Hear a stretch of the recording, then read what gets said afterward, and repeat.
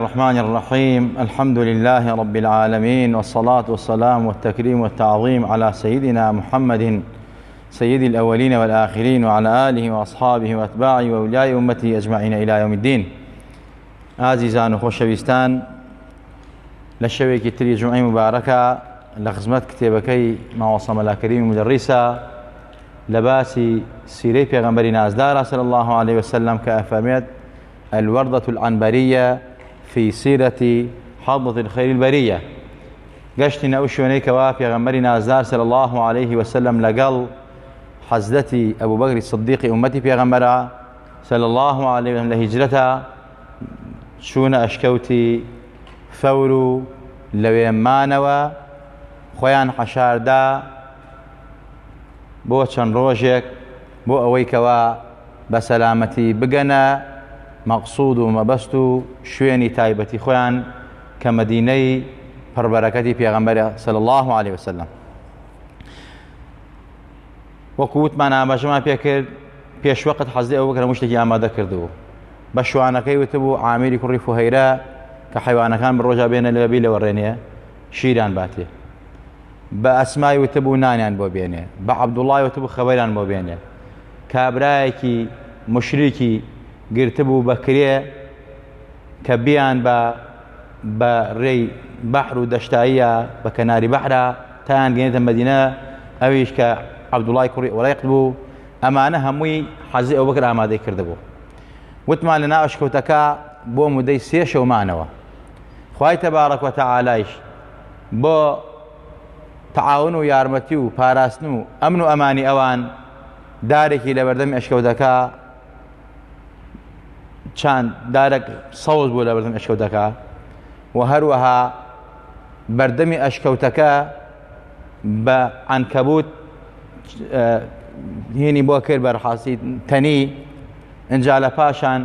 چەند کۆترێک بە بەش هێلانیان کرد بەردەمی ئەشکەوتەکە و هێلکەیان کردبوو. هەندێک هێلکان هەڵاتبوو، هەندێک هەڵناتبوو. کاتێکەوە کافرەکان چوونە بەردەمی ئەشکەوتەکە، ئەگەر سەیری شێرقاتی خۆیانن بکردایە پێغەمبەر و حەزرەت ئەبوبەکر نەبینی. ئەوەیشی کە چوو بێت بۆ مەکە و مەدینە سەیری ئەو ئەشکەوتە بکە، بەڕاستی ئەمە معجزەی پێغەمبەری خوا و گەورەی و عەزەمەتی و پێغەمبەری خوای زیاتر بۆ دەرەکەوێت کە لەو ئەشکەوتە ئەمانەتۆ و کافران چوونەتە بەردەمی و ئەوانیان بەدینە کردو. ئەمە حیفظ و پاراستنی پەروەردگارە، والله یعصمک من الناس. لەو کاتەشە حەزی ئەو بەکر ترسی لێ نیشت، بەڵام خوا ئاەتی ناردە خوارەوە و پێغەمبەری خوا فەرمووی هیچ مەترسە. گومانت چییە بەرامبەر دوو کەس 3 نەفەران پەروەردگار بێت؟ ما ظنك باثنين الله ثالثهما. يعني خوای تەبارەت ئیمداد و پاراستنی تایبەتی بۆ پێغەمبەری خوا نارد. يعني ئەمە کاتە کافرەکان هاتن بینیان عنکەبوت جاڵجاڵوەکە بەرەم ئەشکەوتەی تەنیوە و ئەگەر کەسێک بچوە دژورۆ ئەم خەریتانەی عنکەبوتەکە و ئەم چنینی عنکەبوت و جاڵجاڵوەکە تێکە چوو بەسەرێکە، یا ئەم هێلکە و کۆترانە پێیانرا هێلانە لێ تێگەچوو، یا ئەم دارە بەم شێوازە. بۆیە وتیان بەڕاستی ئەمە کەسی تیان نییە و گەڕانە دواوە. جا ماوە سەمەلا کەریم ئەفەرمێ حەتا ئەو کۆترانەی حەرام کە ئێستا هەن لە نەسلی ئەو کۆترانن کە هێلانەیان کرد لە بەردەمی ئەشکەوتی ثەورا بۆ پاراستنی پێغەمبەری خوا. کۆترەکانی حەرەمی ئێستا کە بەسەر حەرەمە ئاسوورەنەوە. ماوەساوە ئەفەرمێت ڕەزا و ڕەحمەتی خوای لەسەر بێت. دوای 3 ڕۆژمانەوە کافرێکی وەکو عەبدوڵڵای کوڕی ئوڕەیق کە ڕێنمونی کاریان بوو هات لە ڕێگەی کەناری بەحرەوە بوو بە چاوساغیان و دەلیلیان کەوتە پێشیان. لە کاتێکیشا قوڕەیش بۆ هەر نەفەرێکیان 100 وشتری سووری دانابوو، وەک ئەرزم کردن وەکو 100 مۆنیکا، 100 سیارەی جوان، یعنی مەبلەغی پارەی زۆر، وەڵی 100 دەفتەر دۆلار بۆ هەر کەسێک لەوانە بگیرێ بە مردووی و بەزندوی تەسنیم قوڕەیش بێتەوە. ئەم کابرای کافر بوو بە مەبلەغی پارەی کەم حەزی ئەو بەگرتبوو بەکرێ، بەڵام ئامادە نەبوو وعد و پەیمانی خۆی بشکێنێ. ئەمان باتە دەسەوە بەڕاستی وەفا نەکا بە وعدی خۆی. کافریش بوو، یعنی شەرت نییە و کافرێک بێ وعد بێت، هەموو کافرێک خراپ بێت، هەموو چینێک چاک و خراپی تایە. ئەم کافرە دەلیل و ڕێنمونیکەری پێغەمبەری خوا و حەزی ئەو بەکر بوو ئەوە بوو کەوتە پێشیان و بردنی بەرەو مەدینەی پیرۆز حتا گەشتە خێمەکەی ئوم مەعبەد. ئوم مەعبەد و ئەبوو مەعبەد بەڕاستی قیسەیەکی زۆر گەورەی تایە و مەعجزەیەکی گەورەی پێغەمبەری خوای تایە صلی الله علیه وسلم. هەرچەند ئەم طریقە هەمووی مەعجزە بووە پێغەمبەری خوا و بۆ ئیسلام و بۆ گەورەی ئیسلام و پێغەمبەر صلی الله علیه وسلم. ئەشکەوتەکە و مانەوەیان و عنکەبوت و جاڵجاڵەکە و دارەکە و کۆترەکە و ئەمانە هەمووی مەعجزەی پێغەمبەری خوان صلی الله عليه وسلم. بەڵام لەو مەعجزانە سەرسوورەنەتر ئەوەیە کە لەو کاتە سوراقەی کوڕی مالیک بیستی کەوا لەم ڕێگاوە پێغەمبەر و حەزرەتی ئەبوبەکر و عەبدوڵای کوڕی ئورەیق لێرەوەیان. بیستبووی کەوا هەر کەسێک ئەمانە بگرێ بە بردووی زندوی 100 دانە وشتر یان مەبلەغی پارەی زۆری ئەدرێتێ. ئەوە لەناو قەومەکەیە ئەم باسە باس بوو، ئەوی گوێی لێ بوو و بیستی 3 نەفەرێک لە کەناری دەریا ڕۆشتون لە قەومەکەی شاردۆ، وتی شتی وان نییە و شتی وا خەڵکی وا لەم ناحێوە ناتۆ لەم چواردەوڕۆ ناتۆ خۆتان بەچی و مەشغوڵەکەن، خەریک کار و کاسبی خۆتان بن، خەریک تیجارەت و بازرگانی خۆتان بن. ئەوانە بەیوە ناگیرن. لەو لاشۆ بە یەکێ لە خزمەکارەکانی خۆی سۆراقە پیاوێکی دەوڵەمەند و بەهێز و بەقووەت بوو، وتی ئەسپەکەم لەلاوە بۆ زین کە بام خۆم دەرچم بە دوایانە بیگرم ئەو پارۆمارە دەستی خۆم بکەوێت. کەوتە دوای پێغەمبەری خوا صلی الله عليه وسلم لەگەڵ حەزرەتی ئەبوبەکرا وی کە بیان گرێت. جامع وصاف فرمي سراقة قد أتى معقبا بجفا بمبلغ إبل دينار أو درهم لما رآه الرسول صار مقتربا رمى إليه سهام القلب بالهمم فقاد مركوبه في الأرض من نظره فآل معتذرا بالتوب والندم وعند ذا وعد المولى بأن له سوار تاج لكسرى صاحب العلم. أفرمي لو كاتا سراقة كوتا دوایان پێغەمبەری خوا کە بینی بەتیری چاوی خۆی و نەزەری بەهێز و بە قووەتی خۆی یەک نەزەری کرد بەڕاستی هیممەتێکی کرد دای لە سوراقە و ئەسپەکەی بردی بە ناخە 4 پەلی ئەسپەکەی چوو بە ناخی ئەرزە نەک جارێ 3 جار 4 جار تا لە ئاخیر جارە زانی ئەمە پێغەمبەری خوایە بەڕاستی ئەمە دوعای ئەوە نزای ئەوە تیری هیممەتی ئەوە بۆیە وتی من تەسلیم ئەبم تکات لێ یەکەم داوای لێبوردنەکەم بەڵام وعد و پەیمانێکم بەرێ. ئەوە بوو پێغەمبەری خوا وعد و پەیمانێکی بێدا کە مسلمان بێ و ئیمان بێنێ و بێتە ناو مسلمانان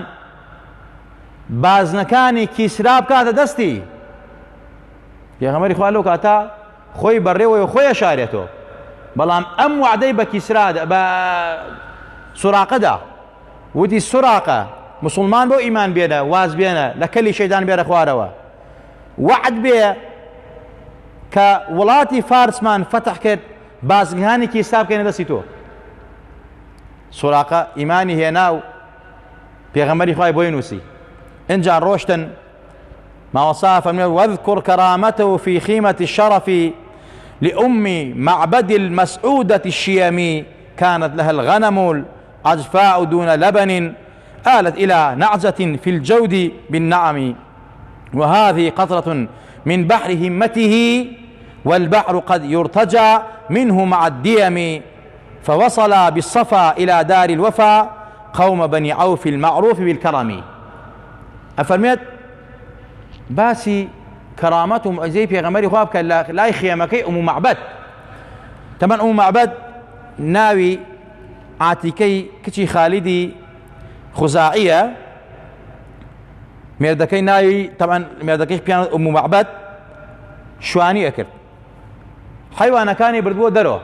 پێغەمبەری خوا کە دای بەوێ تینویانە برسیانە ناڕەحەتن داوای ئاو نانی لێکردن. ئوم مەعبەدیش نەیزانی پێغەمبەری خوایە و چوزانێ ڕێبوارێکە لێوە هاتووە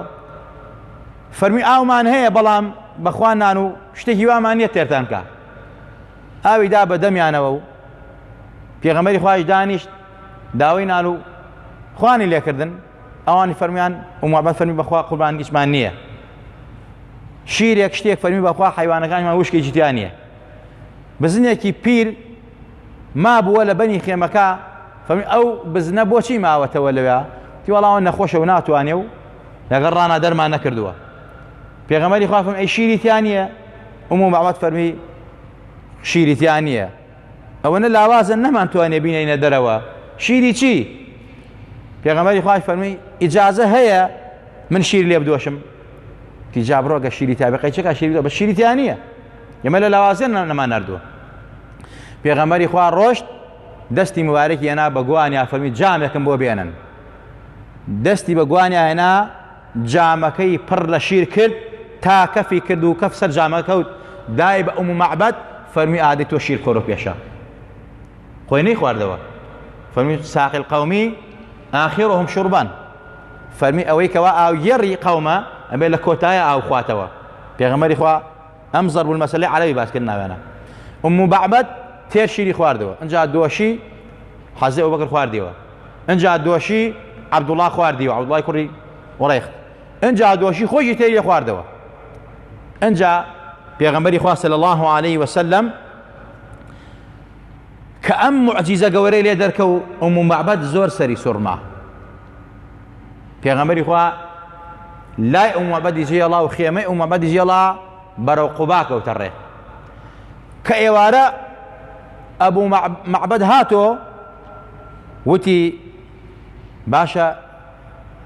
ئەم شیرە هەمانەی کێ و کێ هێناوێتی بمانیا خۆی مە حەیوانمان نێشیری تابێ فەرمی ئەو بزنەی کە لەویا بوو پیاوێ هاو دووسێ پیاوێ بوون یەکیان دەستی هێنا بە گوانیا ئێمەش تێرشیرمان خوارد و خۆشیان تێرشیرمان خوارد و ئێستش پڕی لە شیرە و ئەو شیرەی ماوەتەوە فەرمووی بە ئومو مەعبەد فەرمی صفیه لی وەصفیم بۆ بکە کێ بوو وەصفی کرد وەصفی ڕوخساری هەڵسوکەوتی حەرەکات و سەکەناتی فەرمووی ئەو پیاوەیەکەوە لە قوڕەیشە هاتوو ئەڵێ من پێغەمبەرم خۆزگایە بە خزمەتیە گەشتم و ئیمانم پێهێنا ئەفەرمێت ئەو محەممەدەیەکەوە لە قوڕەیش هاتووە خۆزگایە من بە خزمەت ئیمان پێهێنا دواتر ئەچێتە مەدینە ئیمان بە پێغەمبەری خوایانێ و ئەبێتە سەحابەی پێغەمبەری خوایش صلى الله عليه وسلم جامع وصاحب فرميت وبقيت هذه الشاة إلى خلافة عمر بن الخطاب أفرميت أم بزنا كبيغمبر دسي بقوانيا هنا خويك بتمر ولا وازش بو حتى سردمي إمام عمر معه حتى سردمي حضرت عمر أم بزنا معه بيانيان وإيواران أيان دوشي صدق شيري في الركض أما معزي بيغمبري إخوة صلى الله عليه وسلم إستيش كابرايكي شەروال کورتی ڕیژ درێژی وەهابی خەواریج بە ئەسڵ خەواریج ئەڵێم من لەگەڵ پێغەمبەرا فەرقمان چییە؟ ئەمە کوفرە پێغەمبەر ئەم زاتە بوو ئەیتخوا ئەو نەک دەستبێنێ بە گوانی حەیوانەکە پڕ شیر بێت وەڵا وشکی ئەکات ئەی تۆ پێنێ کەواتە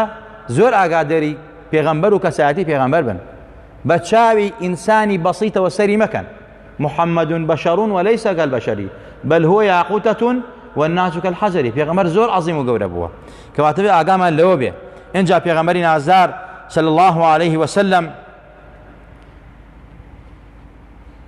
ئەم معجزانە مەد بەس کۆمەڵێ معجزەی کەمە ماوەسەڵ ئەمە قەترە بە دەریایەکە ئەمە بەحری هیممەتی پێغەمبەری خوا ئەمە قەترەیەکە ئەینا ئەگەر بەحری پێغەمبەری خوا هیممەت بکا و هەڵچێت دنیا و ئەرز و ئاسمان پڕ لە معجزەیەکات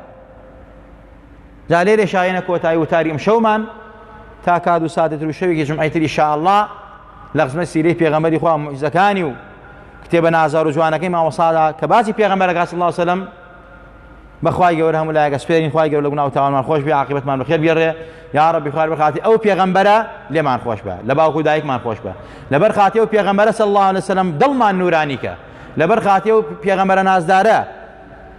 ئەدەب و ئەخلاقمان پارێزاوکە بە ئەدەب بین بەرامبەر بە خۆت بەرامبەر پێغەمبەر بەرامبەر ئەسحابی پێغەمبەر صلی الله علیه وسلم یا ربی خوایە بە ئیمان و محەبەتی خۆت و ئەو پێغەمبەرەوە بمانشێنەوە بمان بێنەوە زیندومان کەرەوە یا ربی خوایە ئیسلاحی حاڵی خۆمان و خانەوادە ماڵ و منداڵمان بکە یا ربی خوایە لە فیتنەی ڕۆژگار لاماندا لە فیتنەی دیموکراتی خواز و ئەلمانی و وەهابی و ڕافیزە و ئەمانەکەوە دوژمنی دینەکەیت خوایە پارێزاومان کە خوایە وەک ئەوان بێئەدەبمان نەکەی یا ربی خوایە گیان لەسەر عەقیدە و بیر و باوەڕی خۆمان سەبر و سەباتمان پێ بەخشی یا ربی خوایە لە گۆڕیشە پێغەمبەر بمان ناسێت و بیناسینەوە تکاو شەفاعەتمان بۆ بکە لە قیامەتە لەژێر بەیداق و پەرچەم ئاڵای ئەوا بین بەدەست میبارەکی ئاوی کەوسەرمان بایتێ خوایە شیفای دڵ و دەرونی هەموو لایەکمان بی شیفای نەخۆشی هەموو لایەکمان بی شیفای نەخۆشی خەستەخانەکانمان بی دوعاکانمان لێ قبوڵ کەی ئەوانەی داوای دوعای خێریان لێکردن بە هەر نێت و بەرمەبەستەکەەوە خوایە ڕەحم بە ئێمەش بۆ ئەوانیش بکەی گیر و گرفت و حەلی مەشاکیلی ئێمەش ئەوانیش بکەی یا ربی خوا شیفای ئێمەش و نەخۆشی ئێمە و تەواوی ئەوان و تاوی نەخۆشی مسلمانان بی یا ربی خوایە گیان ئەوەی منداڵی نیە منداڵی ساڵحی بەری ئەوەی هێری و ساڵ نەخوا بەی ساڵەکەی ئەوەی کەوا مشكلة هي خواه مشاكل أو شيء مشار سركي آمين آمين أقول قولي هذا وأستغفر الله لي ولكم ولسائر المسلمين والسلام عليكم ورحمة الله وبركاته بحرمة سورة